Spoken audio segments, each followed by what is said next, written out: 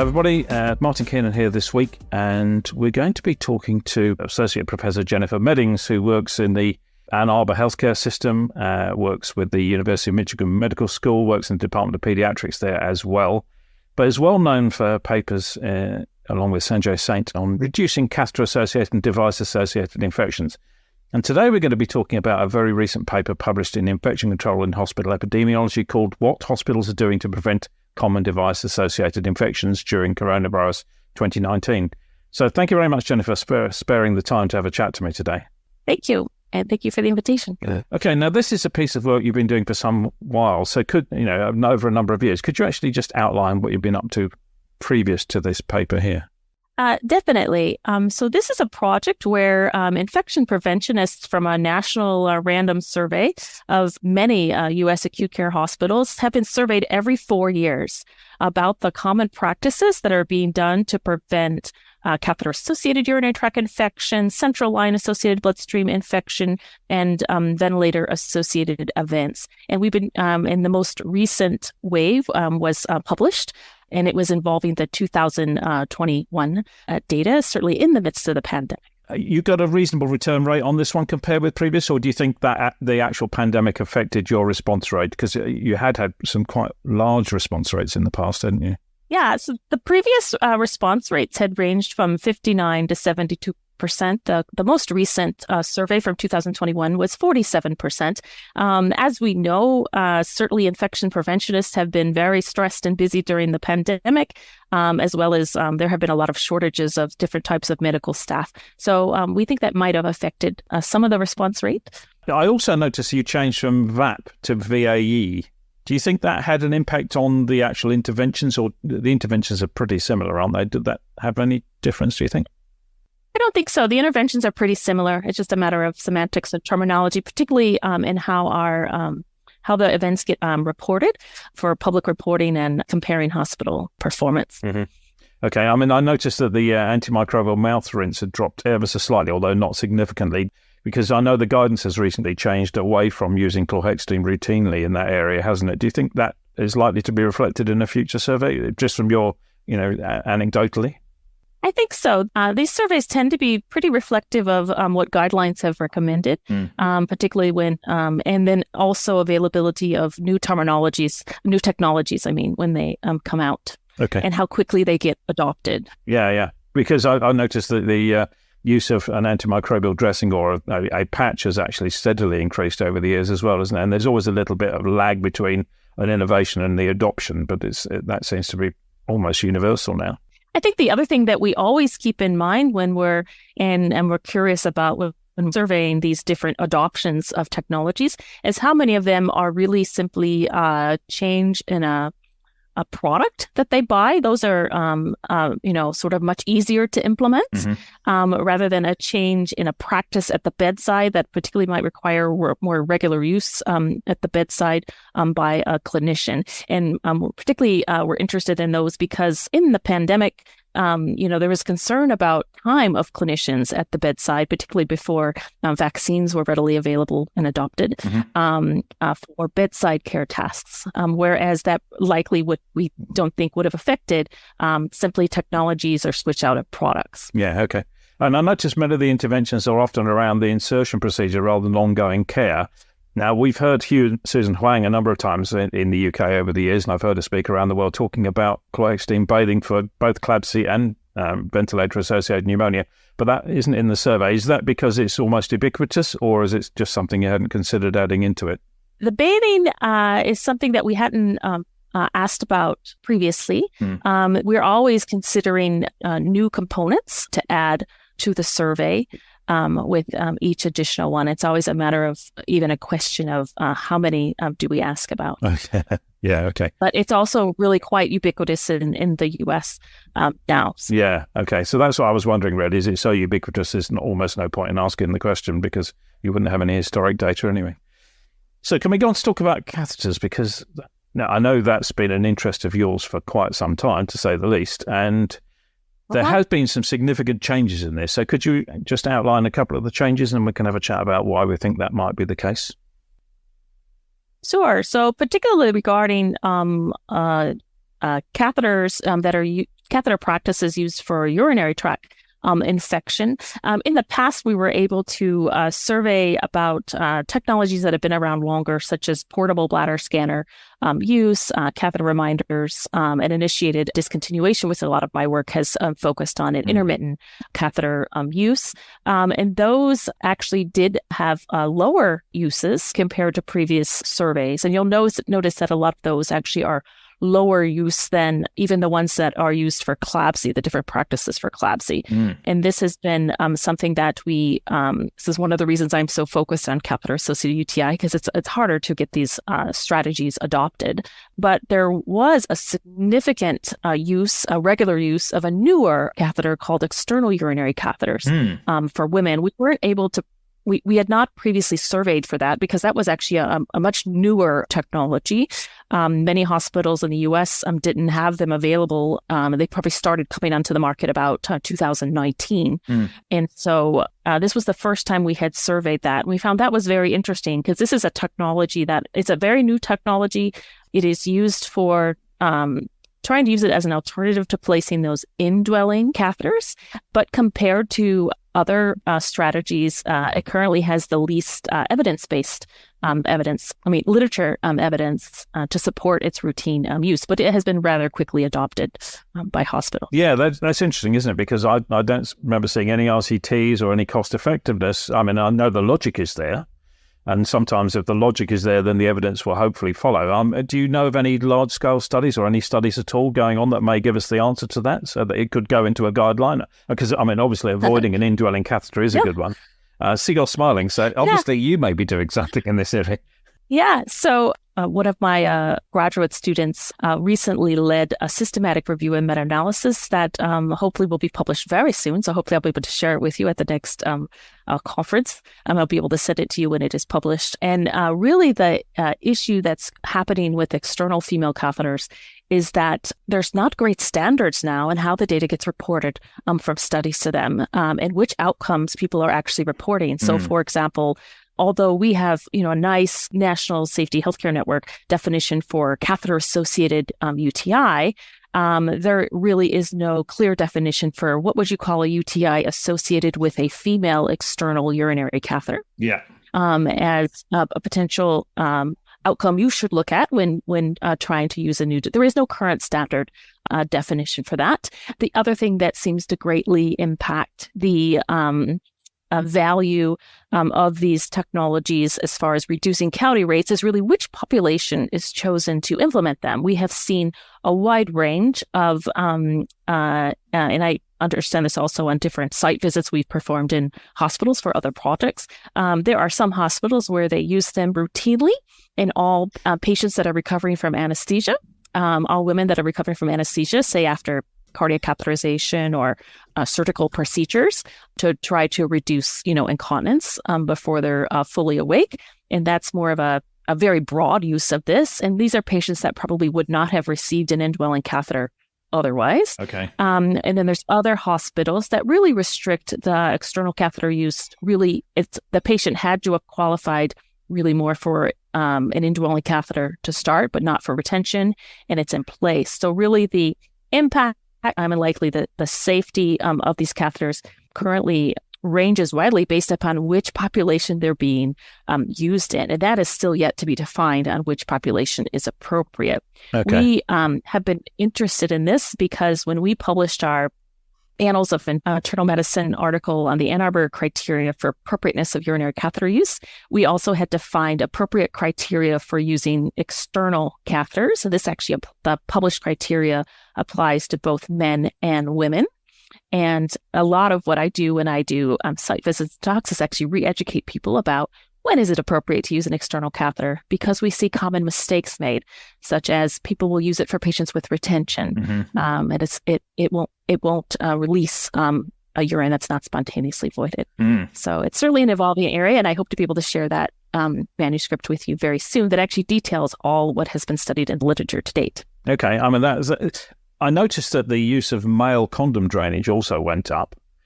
Now, you say that in the paper that it's possibly due to patient preference and comfort, and I absolutely would get that. And I'm just wondering if that also would be an issue with a female external catheter. Do you know from your experience, do people find it comfortable to wear these devices? So unlike the external male catheter, where a patient can actually be mobile and walk around with this device attached. For the female catheter, it's really meant for women that are really immobile in bed because it does not work. Right. It would leak if the patient is moving around. It's not really attached with a seal to prevent urine leakage. Otherwise, if you look at the literature, and when they have asked patients about this in the few studies that report it, it seems to be comfortable, particularly compared to incontinence issues. But there also is no great standard way of assessing this.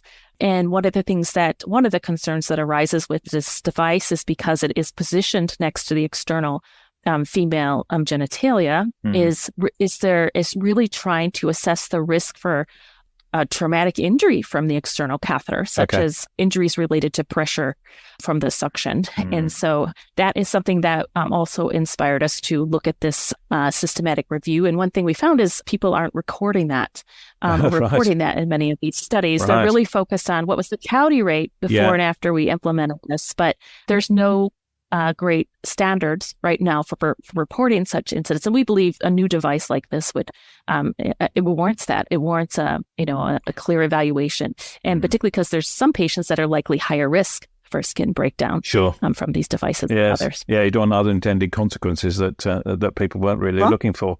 I also noticed that stop orders and nurse-initiated discontinuation dropped almost to the level actually of the 2013. Do you think, you've mentioned in the paper that people maybe aren't reviewing the patients as often, or there aren't maybe the ward round as that you would get. Do you think that is at the root of that, rather than a desire to say we're not going to put a stop order on? When we were surveying this, we were hypothesizing on what could we possibly see. On the one hand, with the rapid adoption of electronic medical records throughout the U.S., and many of them have come down to just a few companies, so there's more of a standard. It's more easy for them to implement such a stop order. We thought, maybe we would see this rapidly adopted, and it might be topping off at very high numbers. But on the other hand, one of the things that we realize is, of course, in the midst of the pandemic, removal of urinary catheters, particularly in patients with incontinence, could result in the patient needing more bedside nursing care related to care of incontinence, which would require more entries into the room, which of course they were trying to minimize in the pandemic, particularly before we had good treatments and vaccination rates. So it'll be very interesting to see if that rebounds further out from the pandemic. The other thing we realized, of course, is that in the pandemic, one of the things we is that a lot of these patients were suffering from critical illness. They often had central lines. And so those likely received, very routine care that because those also only needed to have care, a few times a day, as opposed to with urinary incontinence. And so I've actually wondered if urinary catheter care simply got lower priority in the pandemic, given that. I suppose the concern will be once something's dropped out of view, once they've got used to almost not doing stop orders, it might be you're almost back to square one and starting to get people to think about using them again because staff turnover and things like that. That's a concern, isn't it, I suppose? Yeah, and exactly. And then when I have been given talks recently, actually even in the pandemic, I was really helping them focus on why they should care about urinary catheter care, even in the midst of a pandemic. Several things that we focused on was these patients were still at risk for very resistant microorganisms that would make their care even more complex. They had very long hospitalizations, and so which often was associated with longer catheter use. So that puts them at higher risk. The other thing is catheter use, as my colleague Dr. Saint has published before, is a 1-point restraint, and so could increase these patients' risks of deep venous thrombosis related to immobility. And we already knew that patients with COVID were at higher risk for that. And the other thing I'd like people to remember is that often these patients were on anticoagulation. related to their higher risk of blood clots, during COVID and during their hospitalization. And catheters are associated with higher, risks of hematuria, and could lead to other complications, prolonging that patient's stay. So there were a lot of reasons to avoid it, if you could. Yeah, I mean, and one of the reasons, go ahead. I mean, I was just going to say, in every prevalence study around the world, CORTI comes out as number 2, generally, to non-ventilator associated HAP. And to me, these are both avoidable with good nursing care. And during the pandemic, I'm not sure the basic standards, there was a lot of missed care, I think. And certainly anecdotally in the UK here, we don't do work on non-ventilator associated HAP from a surveillance perspective. But anecdotally, there was more, which meant people got more antibiotics. And we've actually seen quite a reasonable increase in Clostridium difficile infections, Clostridioides, depending on what part of the world you're in. So there's a knock-on effect here, isn't there? Because if you get an antibiotic, then that's a risk of some other problem occurring. And yet these are nursing interventions, which I think, yes, I think they fell down a bit during the pandemic. They did. And I think, and the other thing, of course, that we keep in mind is that, certainly the nurses in many institutions were at they had more time at the bedside with these patients.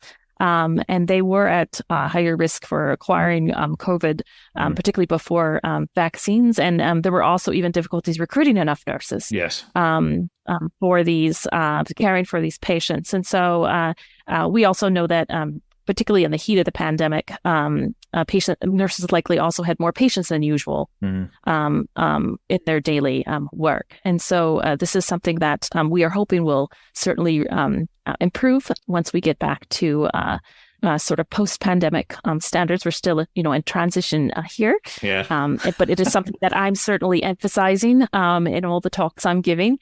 And trying to get things back on board with that. I mean, I can tell you, like at our institution, we certainly still had, use of bladder scanner, catheter reminders, intermittent catheterization. These remained easily available technologies. Our order sets did not decline. Yes, we had catheter reminders and discontinuations for everybody technically, because it's actually automated in our order sets, that when you order a catheter, unless you actually opt out for nurse-initiated discontinuation. But we also saw increased rates in county, as many hospitals did in the U.S. And we're taking different approaches trying to re-tackle that issue. And we think it's likely and due to the different priorities of tasks and changes in staffing that occurred with the pandemic. That was certainly also explained why intermittent catheterization dropped down from just under half to just over a third. So that's something you'd want to get back to normal. I mean, 2025 is going to be a very interesting year when you repeat it again, isn't it? I'm almost excited to see those results, to see if there's any change. And can I bring you back to something you mentioned earlier on? So a significant reason for a catheter going in many people is retention of urine. And I did a little qualitative piece of work years ago just for a master's in clinical research, and I didn't really publish it apart from an abstract. But it was that nurses were primary instigators of inserting a catheter for retention, with thinking about how can I help this person because they're in distress. But what they weren't thinking about was why the person had retention, and were there any things they could have done to prevent that in the first place? So is that what your findings are? And because I don't think there's enough education on retention and preventing retention, for example, in constipation. The number of times they put a catheter in, and then the next day found the person's completely impacted, but then they don't take the catheter out. Could we do more in that area, do you think?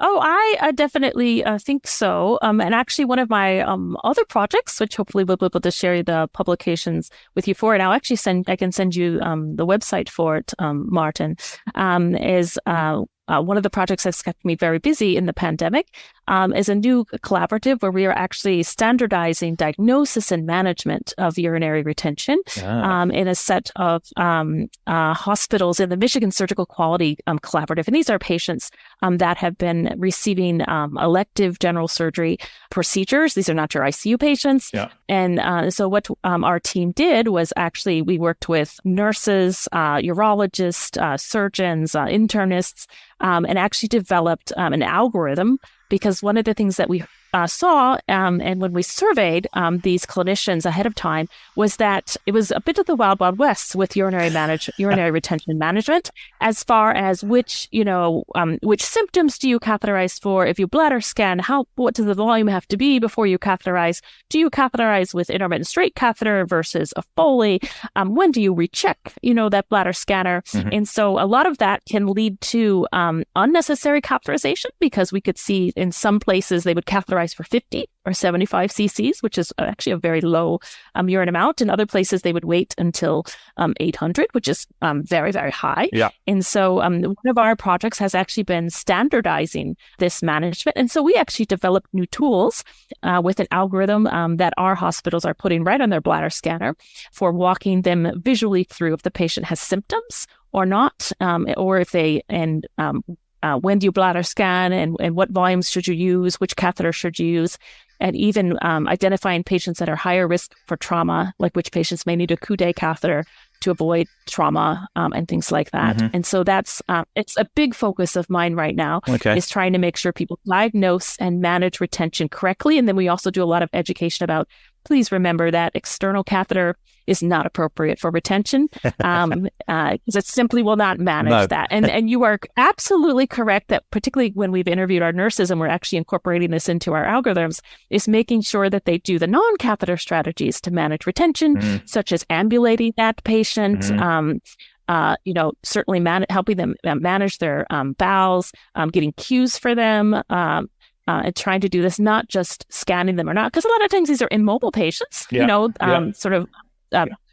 because they've just had surgery or just been admitted. And so and then the other thing we talk about, and this is actually still a bit controversial, is when do you consider, trials of medicines that are used for benign prostate hyperplasia, to help manage that retention, and which patients versus who should you chat with urology first before you try these. And so that's actually been a large focus of my work in the pandemic. I'll definitely put that website on the podcast information, because I think because you do wonder, hang on, right, this person's got 800 mils. Uh-huh. So in goes an indwelling. Why not do an intermittent and investigate the cause before you actually go to indwelling? Because if suddenly you find out they're completely impacted, then you wouldn't maybe need to go down that route if you could possibly avoid it. So, okay, fantastic. I really like that piece of it. Just lastly then, I did notice that the use of silver Foley catheters has gone down quite dramatically. It went up to nearly half and then down to 20. Is that because the evidence base really hasn't appeared? And could I also ask you about what practices are? My colleague Brett Mitchell from Australia would love to have been on this, but he's on a flight from Japan at the moment. He wonders about what you use to clean the meatus with prior to catheterization, and is there a standard practice that you would recommend, or is there standard practices in America, because that isn't in part of your survey? Sure. So as I sort of alluded to before, when there is a new strategy that's simply a technology that you can switch out, from a regular catheter to a silver catheter, they tend to get very quickly adopted worldwide, even before the literature is quite available to support it. This was a technology, we believe that this is why this happens. Mm-hmm. We could even see this in lower resource countries, because it was cheaper than staffing. Increasing staffing, but they could simply buy the technology. But there was an RC that came out, and I believe Pickett was the first author of that actually did demonstrate that these catheters really did not have significant improvements in catheter-associated UTI. Once that became available, then it's certainly there was less evidence for supporting more routine use of these catheters, which are more expensive, which certainly I'm sure led many hospitals to realize they couldn't justify the cost of such a device. Okay. And that's actually what happened in institutions that I'm familiar with. It really became sometimes they still will have a few, available for patients that they really are, they're so high risk. These are often these bone marrow transplant patients, and they realize the evidence is not that strong, but it's, rather than using it more broadly. But that we believe is what happened to the adoption of that sort of de-escalation of adoption for that device. As far as what is more routine for meatal cleaning, it's primarily depends upon the kit that you have. Some of them have more chlorhexidine, and others actually still have the iodine washes for that. Okay. But it really depends upon the kit that you're using. But it would be using a form of antisepsis, though. Antiseptic cleanser should. arranging. Okay. That's useful. Thank you very much. Okay, well, we generally try and keep these to around the half an hour. We're approaching that now. So I want to thank you so much for sparing the time. It's been fascinating. I could talk to you for hours. And when you publish some of these other papers, I'm afraid I'm going to be back to you because it's always a good discussion. I'd be happy to chat. And this is an area where I think big improvements can be made. You know, it's been almost years of not huge amounts of progress, really. Technologies are coming on to help us a bit, and I'll be interested to see the papers on the external female device because I think that has quite a lot of potential. So fascinating. And we strongly encourage. This is a device that many hospitals are newly using, and it's sort of an experiment in everyone's hospitals these days. We strongly recommend people to collect data on it about not just their, how it compares to their indwelling catheter use. We're actually encourage people to publish, did it actually reduce their use of indwelling catheters in their hospital, or is it just an additional set of patients that are suddenly getting external catheters that wouldn't have gotten the indwelling catheters before? And particularly if they are able to collect data and publish it regarding if those patients received any injuries to the skin related to this. This is data that is just strongly needed to assess the safety of these devices long term. We know that, when these devices come on the market, they are often, studied in smaller units, or they're published in white papers rather than sort of the real-time, very sick patients that are higher risk for these devices. But the devices are being used in real-time, very sick patients now. So we really do need this data to be collected and shared with the world. Yeah, I was just wondered then, might they be used on somebody who was incontinent, which isn't an indication for a catheterization, but it's actually easier and saves nursing time by using one of these devices and having to keep changing the incontinence pad and risking pressure, moisture-associated damage to the skin. So that is one of the indications. Although one thing we do encourage is that if they are able to use, like, for example, many of these patients, when they come from home, they are managing their incontinence at home without a device that is constantly attached to them. And so if they're able to manage what they're able to use with at home, particularly when you have nursing care, we encourage that. But these do have really good roles for patients who do have persistent incontinence, that because of how their pattern of urination is, it's very hard to keep them dry, even with incontinence garments. And for the external catheter, sometimes they're for men and women, sometimes it's useful to have it at night because it can reduce incontinence episodes at night and improve, ideally, we think it could lead to improvements in sleep, but not having them attached to them 24/7, as even in the daytime. So we think it certainly has its market and it certainly has its patient that it will help. But we want people to really think about it and really see, is this the best choice for this patient, and not throw all the other strategies that we have to manage incontinence out the window, because they have been used for years, and sometimes they are still the best solution for the patient going home. Okay.